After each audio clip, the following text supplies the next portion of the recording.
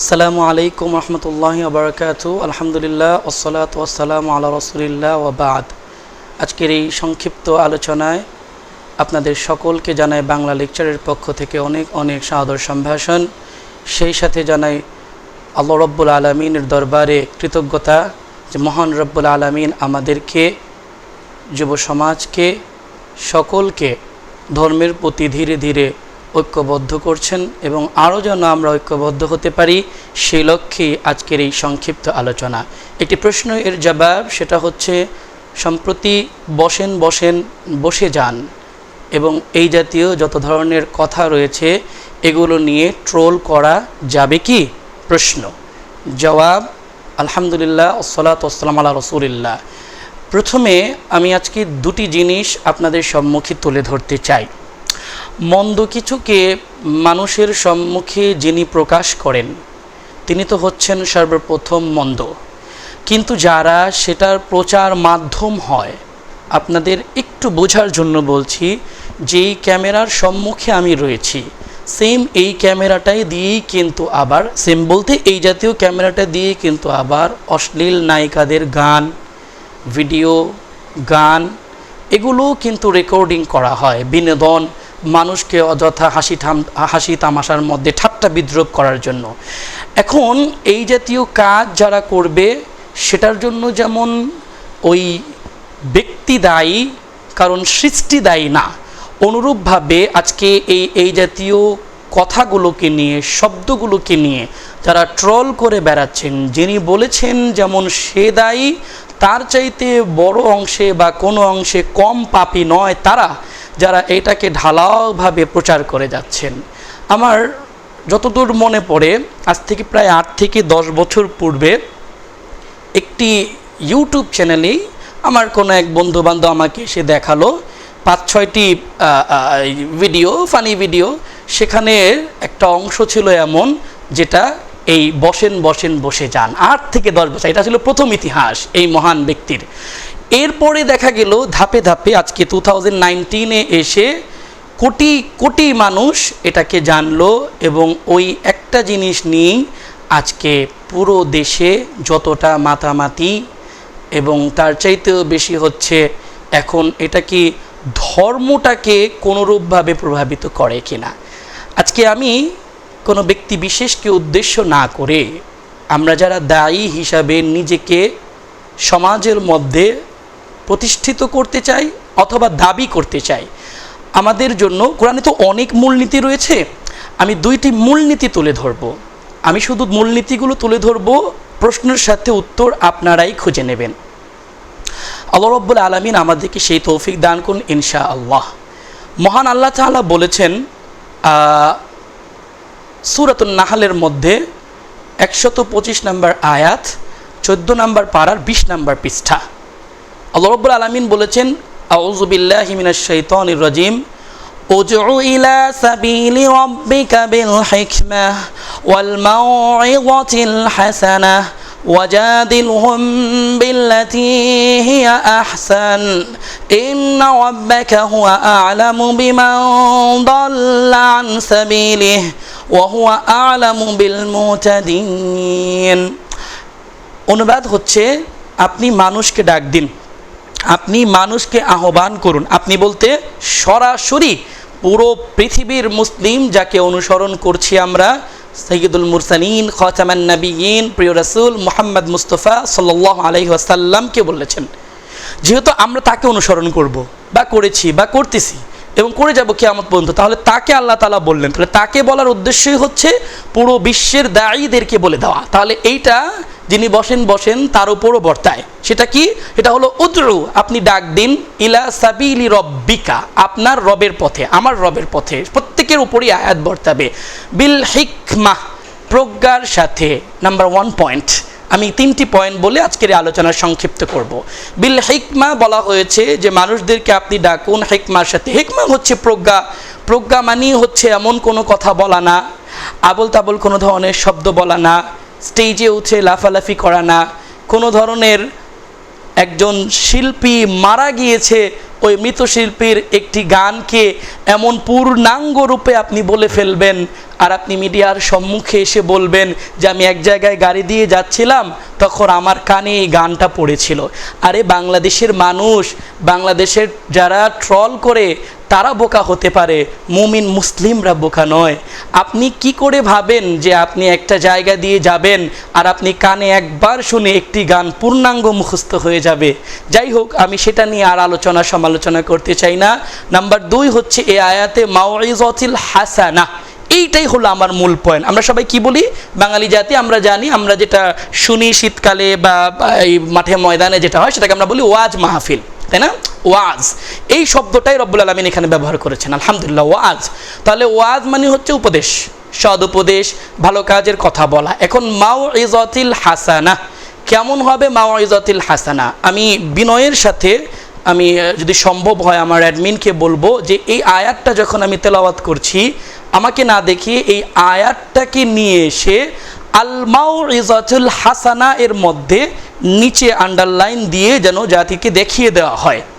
আল মাউইজাতুল হাসানা, এই যে 125 নম্বর আয়াত সূরা নাহলে 14 নম্বর পারার 20 নম্বর পৃষ্ঠারে আল মাউইজাতুল হাসানা।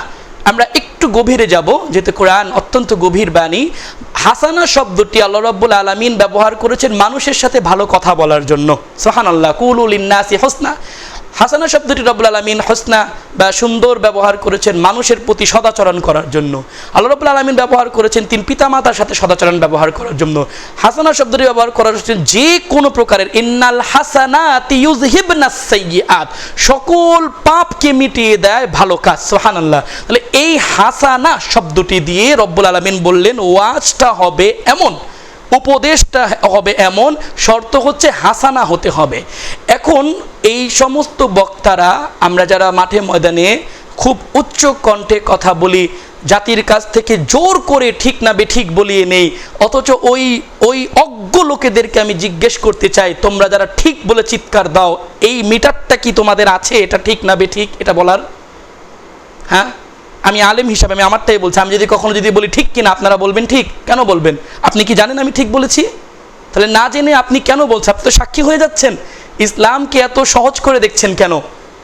আপনি তো সাক্ষী হয়ে যাচ্ছেন যে হ্যাঁ, সে যদি একটা ভুলও বলে আপনি বলেছেন সেটা ঠিক, আমি যদি একটা ভুল বলি আপনি বলেছেন আমি ঠিক, তাহলে আপনাকে দায়ী থাকতে হবে। তাহলে আমরা কি করব? আমরা শুনবো, পরবর্তীতে যাচাই করবো। এর নামই তো ইসলাম। ওয়াজাদিলহুম বিল্লাতি হিয়া আহসান, এবং মানুষকে বোঝাতে হবে। আবার ওই একই শব্দ, যে মাউইজাতুল হাসানায়ের সাথে যে শব্দ ব্যবহার করা হয়েছে ওই শব্দটাই বললেন হিয়া আহসান, যেটা অধিক উত্তম, যেটা অনেক শ্রেষ্ঠ, ওই জাতীয় শব্দ, ওই জাতীয় বাক্য দিয়ে মানুষকে বোঝাতে হবে। এবং একটা কথা দায়ীদেরকে গাঁট বেঁধে নিতে হবে। 1 লক্ষ দর্শকের দরকার নাই, 50,000 শ্রোতার দরকার নাই। চ্যানেলকে রিপ্রেজেন্ট করার জন্য, শুধুমাত্র দর্শক পাওয়ার জন্য চিল্লাইয়া যেহেতু মার্কেট পাওয়া যাবেই না, তাই এমন কোনো অঙ্গভঙ্গি করা যাবে না যেগুলো দিয়ে মানুষকে উল্লাসে ফেটে পড়া যায়, মানুষ আনন্দ পাবে, মানুষ বিনোদন পাবে। মনে রাখতে হবে, ওয়াজ যদি বিনোদন দিয়ে করতে হতো তাহলে বিনোদনের একটি আয়াত আমাকে দেখাতে হবে আপনাদের।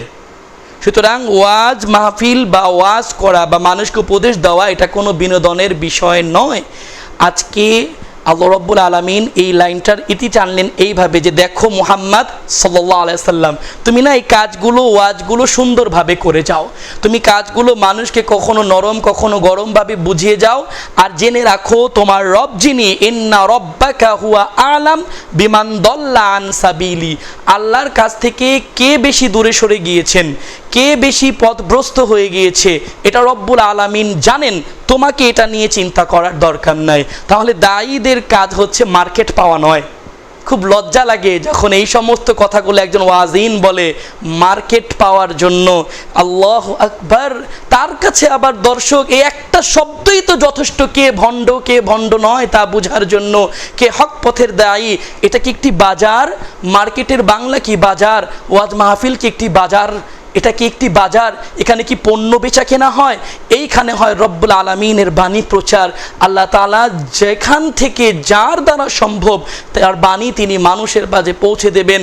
ওয়া হুয়া আ'লামু বিল মুতাদিন, তিনি জানেন কে সীমা লঙ্ঘনকারী। সুতরাং একটা পয়েন্ট হচ্ছে যে এই আয়াত থেকে আমরা বললাম কথা হতে হবে কি মাউইজাতুল হাসানাহ, ওয়াজ হতে হবে সদুপদেশ, সুন্দর কথা দিয়ে, সুন্দর বাক্য বিনিময় দিয়ে। আল্লাহ রাব্বুল আলামিন সূরা হামিম আস-সাজদা এর 33 নম্বর আয়াত 24 নম্বর পারার 19 নম্বর পৃষ্ঠায় উল্লেখ করেছেন যে আউযু বিল্লাহি মিনাশ শাইতানির রাজিম ওয়া মান আহসানু কাওলাম মিম্মান দাআ ইলাল্লাহ ومن أحسن قولا ممن دعا إلى الله وعمل صالحا وقال إنني من المسلمين। রব্বুল আলামিন বলেছেন তার চাইতে সুন্দর কথা, তার চাইতে উত্তম কথা, আমি আবারও শ্রোতাদের বলছি, ওই একই শব্দ আহসান বলা হয়েছে। আহসান বলা হয়েছে যে কাউকে জমানোর জন্য, চাঙা করার জন্য 2 ঘন্টার ওয়াজ, মানুষ তো ঘুমাবে, মানুষ ঘুমাবে, ঘুমিয়ে যাক, মানুষ চলে যাবে, চলে যাক।